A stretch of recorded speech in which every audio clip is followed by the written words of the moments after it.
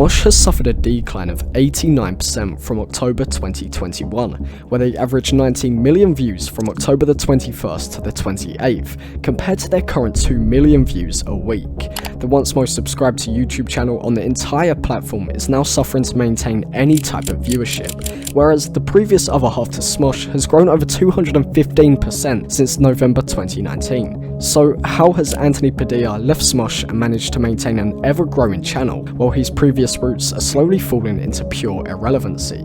Is this simply luck, or is there something more sinister going on? Also, please subscribe and like the video. So, why did Anthony leave SMOSH? Was there a specific reason? Perhaps Anthony and Ian, best friends since the 6th grade, had an argument, or was Anthony kicked from the channel? In 2011, a company by the name of Alloy Digital purchased SMOSH for an amount that was originally undisclosed.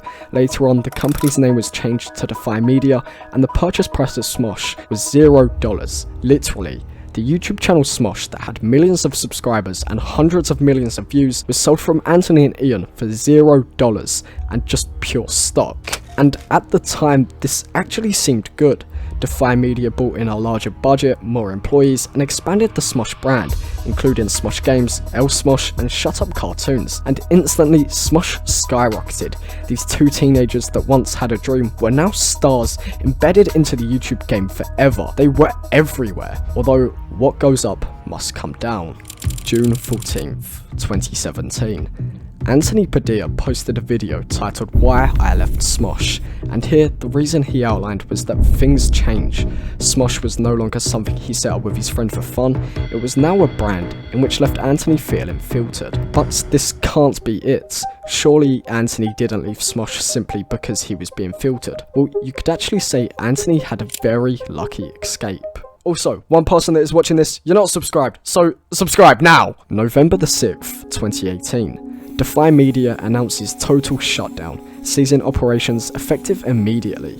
This included all YouTube channels and the letting go of all employees. And this was devastating. Straight away the internet exploded. SMOSH were now homeless and it was unclear what the future holds for them. But was this such a bad thing? Defy Media left SMOSH suffering aimless and poor leadership while they were in charge, and even after acquiring $70 million just the year before they declared bankruptcy, they still went through with this claim of bankruptcy. So where was this money going?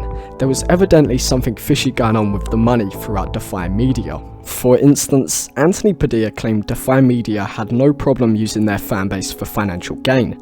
Defy Media convinced Anthony and Ian to start an Indiegogo company to create an iOS game, although the game hadn't even been thought about or mentioned a single time until they saw another YouTuber who had created a Kickstarter to fund a mobile game.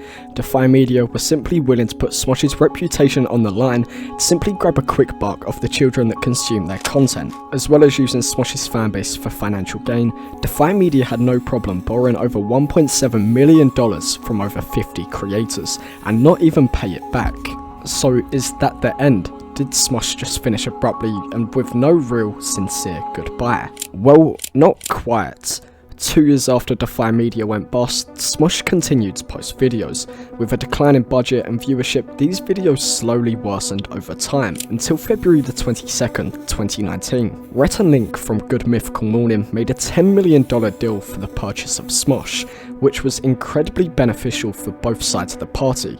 Good Mythical Morning wanted to expand their brand and were onto the next stage of growth, and SMOSH were interested in being owned by a company that had their best interests in mind. Although, as we know from the beginning of this video, since the $10 million purchase of SMOSH, the viewership of SMOSH has only plummeted by 89%. But why is this? With an improved budget, more cast and everything they dreamed of, why does SMOSH continue to fall into the pits of YouTube death, whereas Anthony remains to rise at a very impressive rate? Well, the answer is really just evolution. Anthony's content has evolved to match the time. On the internet, which is relevant today may not be relevant tomorrow. Anthony has managed to find a niche in which he can evolve and adapt over time, whereas SMOSH are still repeating the same content they did up to 8 years ago. But even after understanding how Anthony continued to remain relevant despite the downfall of SMOSH, we still have one problem. What happens when a member of the group decides to go off the rails?